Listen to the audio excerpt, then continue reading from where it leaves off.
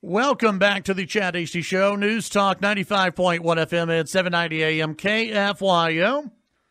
Thank you for tuning in on this election day.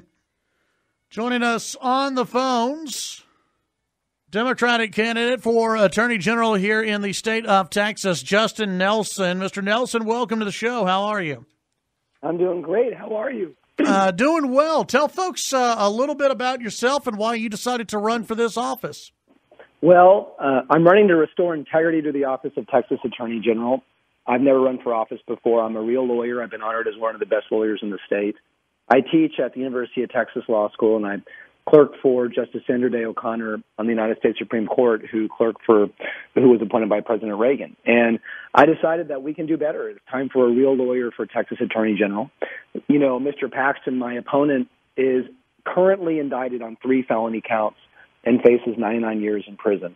And I think that's a disgrace. He's only walking free right now because he paid a $35,000 bail and for defrauding his fellow Republican lawmakers. And so I just have a different conception of the office. I believe that you should not know whether your Texas Attorney General is a Democrat or Republican. You want someone who is going to enforce the law, not break it. I'm going to be a check on power, and I'm going to stand up for the rule of law. What does that mean, a check on power? Because and you say that we shouldn't know if your attorney general is a Democrat or a Republican, but you're going to know if your attorney general is a Democrat or a Republican. You're running in a partisan race, and you're running as a Democrat, so we're going to know that. What do you mean by check on power?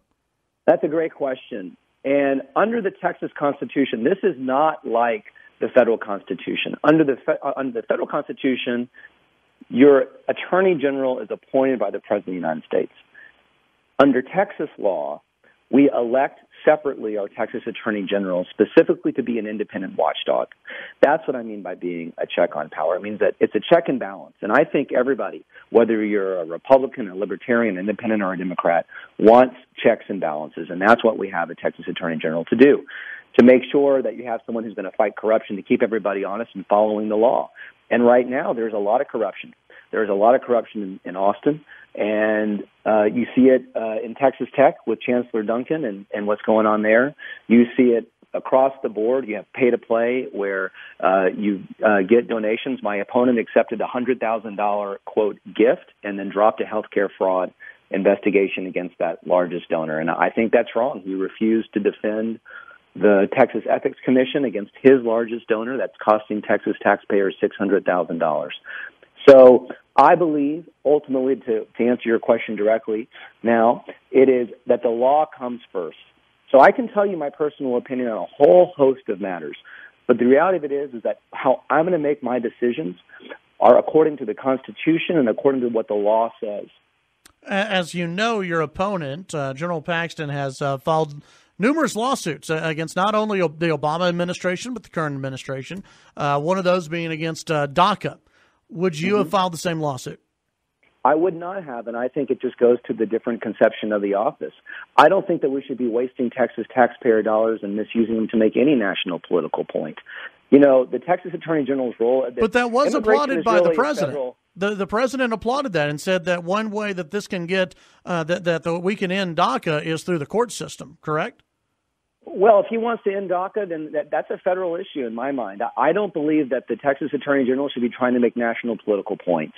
And so if I'm elected, I am going to withdraw Texas from the DACA lawsuit, because I think that's the vast majority of Texans, whether you're a Republican or a Democrat, don't want to see Texas taxpayer resources used to make a political point.